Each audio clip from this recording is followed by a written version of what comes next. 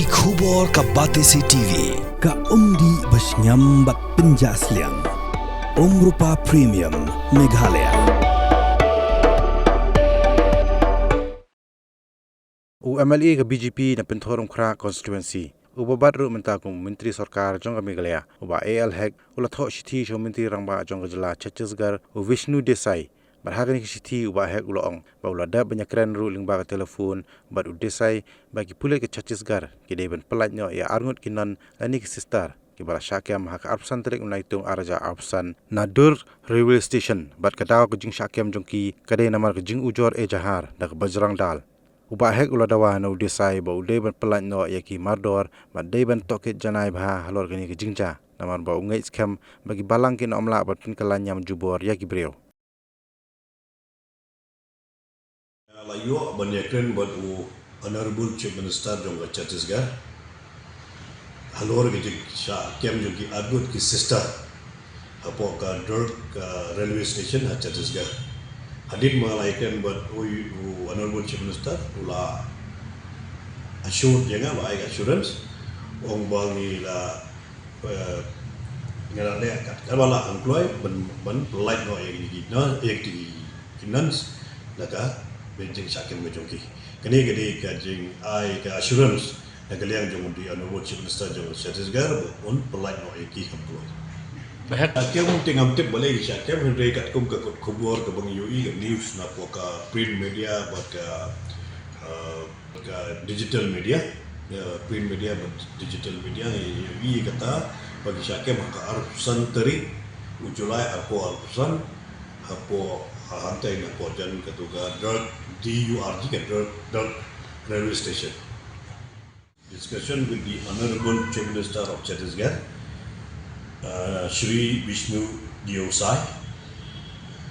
I had requested him and also I told him that I am sending a letter to you, sir, for the immediate release of the two Catholic nuns which were arrested on the 25th July 2025 from the Durg railway stations based on a complaint by the Bajrang Dal.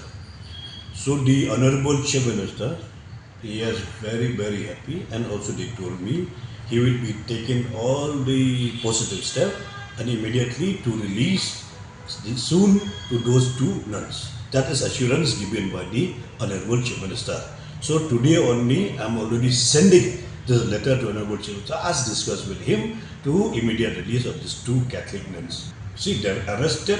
What is the issue? I will not be able to tell you anything. But it is my responsibility and duty.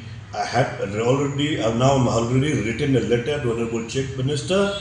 I've also discussed with the have I talked with the Honorable Chief Minister. He had assured me also that we will be release them very soon. Concerned with the other people, I'm concerned only. I'm a BJP minister and I'm also a human being. So the human being should be given justice. That's all I know. According to the press notes, the press news, they went to the Durg railway station of Chhatisgarh to, I don't know for what reason they're going to picked up somebody or to go by themselves or only, but we know only that is, which is already there in the news. That is, you have to be first find the fact. You cannot blame anybody like that. Even we are also here, we are running the government with the BJP only. So cannot be blamed like that, no. We are also here with BJP government. So how you will blame me like that?